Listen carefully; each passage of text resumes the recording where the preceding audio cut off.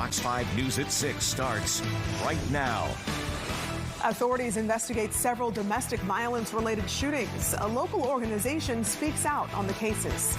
And the so-called water boys are at it again, trying to take advantage of a woman who was willing to give. But first tonight, more than a month into the government shutdown, the Trump administration announces SNAP benefits will be partially funded. This comes after two judges' rulings to force the administration to use emergency funds to keep the food aid program afloat. The Department of Agriculture planned to pause payments to SNAP starting this past Saturday due to the government shutdown. It is not clear how much SNAP recipients will receive. We've heard reports that perhaps half. It's also unclear how soon they will receive those funds. Other news tonight, Georgia Senator Raphael Warnock toured a community market in Atlanta's Edgewood neighborhood today. That's where about 90% of customers rely on that SNAP program. Good evening and thank you for joining us. I'm Russ Spencer. I'm Courtney Bryan. Fox 5's Deidre Dukes is live at the state capitol. And Deidre, you spoke with the senator about this ongoing crisis. That's right. The senator is speaking with reporters this morning. He accused Republicans of trying to pit hungry people against sick people. Now, we spoke with him just a few hours before the Trump administration released that new information about resuming SNAP benefits. Senator Raphael Warnock criticized the Trump administration for the pause in SNAP funding, affecting some 1.4 million Georgians who receive the federal benefits. SNAP recipients were not in this fight. They were dragged into this fight by the administration. And so I want you to think about this. They are literally pitting sick people against hungry people.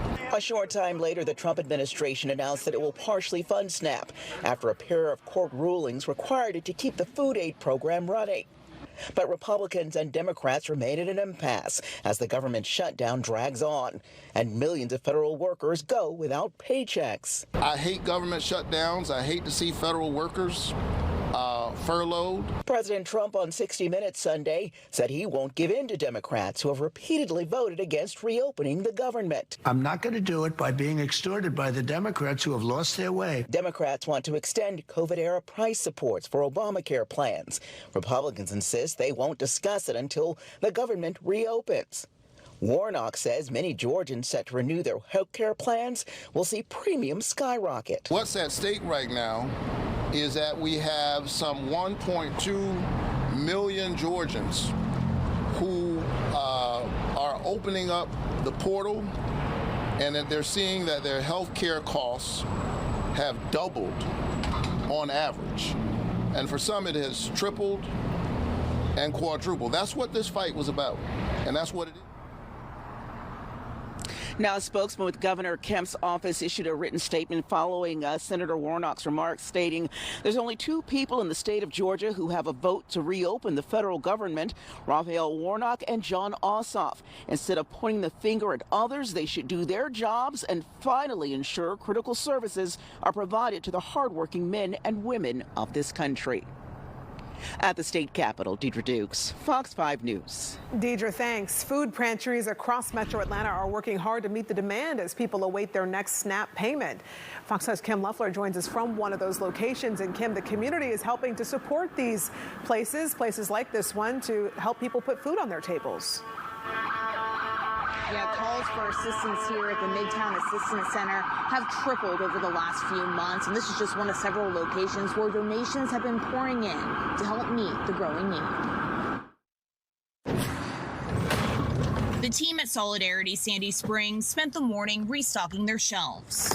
They purchased this food with money donated from the community after asking for assistance Friday before SNAP benefits were set to expire. It's overwhelming to see when we put an email out from everybody saying, you know, our shoppers are in need.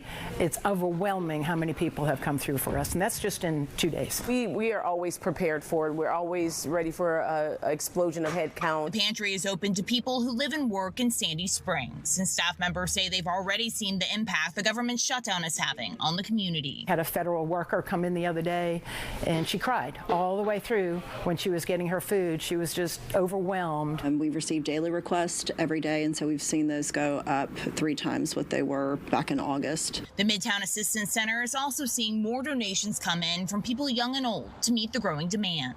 Neighbors who've come together in North Crest neighborhood did a Halloween food drive for us and delivered it today. There's a 7th grade class in Decatur who the students got together and realized what could they do, and they're collecting cans that they're going to donate tomorrow. So everybody can make a difference. Jobson says keeping the pantry well stocked was challenging even before the government shutdown began, with food prices continuing to rise. She's hopeful people will continue to donate even after the government shutdown ends. I know our community partners experience the same thing. The food goes out faster than it comes in. So we had already started to try to be strategic about getting more community food drives, getting more support for the pantry. We'll have more information on how you can help both of these locations posted for you on our website, fox5atlanta.com. Live this evening in Midtown Atlanta, Kim Luffler, Fox 5 News. Kim, thanks. A number of other places across North Georgia are also offering food assistance. At fox5atlanta.com, we have a comprehensive county-by-county breakdown of food banks and pantries. All right, we've got some breaking news now for Braves fans. Within the last hour, we've learned that bench coach Walt Weiss will be the team's new manager. Weiss has been part of the team's coaching staff for the last few seasons, including the season that ended with winning the World Series. Fox 5's sports director DJ Shockley joins us now with more on this hire. Big news for the Braves, DJ. Big news, and of course they always tell you wait till after the World Series to make these kind of announcements. Sure. So the Braves waited a little bit, but I don't know if it was a big surprise. He was in the running for one of it, but obviously they wanted to keep this one in-house and decided Walt Weiss was the guy for them. So like you guys just mentioned, Walt Weiss moments ago, the team's 49th manager announced by the Braves. Weiss has been the Braves bench coach, like Courtney just mentioned, since 2018. It has been along the ride for the team's last 7 postseason appearances. Now, Weiss has been a manager before, previously serving as the Rockies skipper back in 2013 to 2016.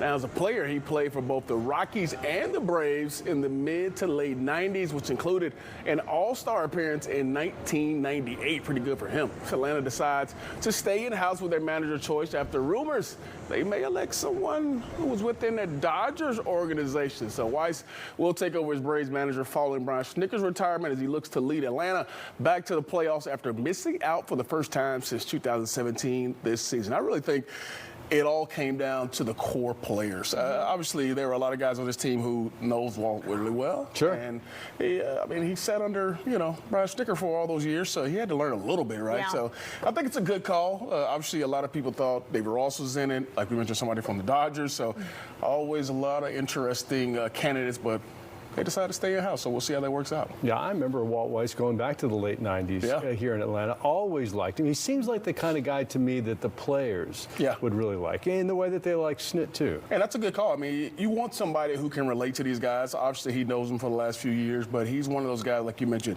always friendly, always nice. Even went to the media, was very nice, and I think the same with the players. You see him out there doing all their warm-ups. He's always got players around him. So really one of those guys you say, quote-unquote, is a player's coach. So hopefully everything works out great, and congrats to Walt Weiss. You have to imagine going within the organization to get your new manager has to have a little bit of an advantage because it's someone that the guys already know and they're used to working with. Which is a great thing because sometimes you want to be in a position where that guy's most comfortable, so you feel good about that. So, I think it's a good call. All right. Hope it all works out for all of our sakes. Absolutely. Right? All right. Talk World Series, make sure. All right, DJ, thanks. Well, next, as we continue here, DeKalb police are now investigating a deadly shooting at a Stone Mountain apartment complex. The shooting happened this afternoon at the Lakeview apartment homes off North Hairston Road. You're looking at live pictures of the scene. A caller told dispatchers she heard several gunshots and saw 2 people lying on the ground outside her apartment. Officers later confirmed 1 person died in the shooting. Police have not said what led to the shooting or whether anyone is in custody. Clayton County deputies confirm a man died when he was hit by a car while running from deputies. The sheriff's office says they tried to stop Moshe Ben Israel Williams in a pickup truck this morning. He refused to stop, and that led to the pursuit. Deputies used a pit maneuver to get the truck to stop on I-75-85 northbound just south of 166. They say Williams got out of the vehicle and was hit and killed while running across the expressway. Investigators later determined the vehicle had been stolen in September and Williams' driver's license had been suspended 12 times. Sheriff Levon Allen tells Fox 5 his deputies also found marijuana inside the truck. Let's take you up to Sandy Springs and show you a live look at the King and Queen buildings. What a beautiful reflection of a sunset we're getting there on the buildings. It's going to take some getting used to that things are darkening ever earlier, just a day after daylight saving time. I know. My daughter got up at 6:15 this morning and wondered what was going on. It's early. It really is an adjustment, David. Yeah. It is. It's going to take a few days. And we saw the bunch of sunshine today, though. That was kind of nice. It just kind of shifted earlier in the day.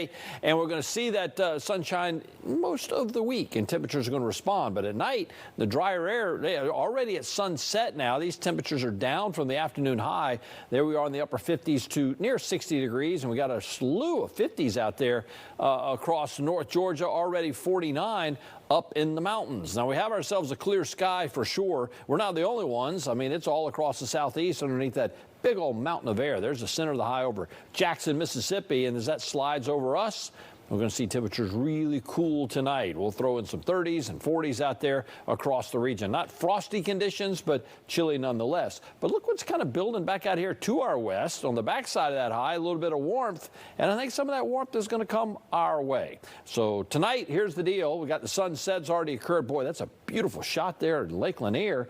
And we're going to be down through the 50s and the 40s. I think we'll kind of simmer down into the low 40s here in town. And then up across extreme North Georgia, we'll see some 30s. And of course, tomorrow is election day, and the weather could not be any more picture perfect. Start in the 40s, and then we'll finish it up into the lower 70s during the course of the afternoon. And all around Metro Atlanta, we'll see 70 or above in a lot of spots, if not some mid to upper 60s. We'll talk about how long the string is going to last and when the rain returns. That's coming your way at the bottom of the hour.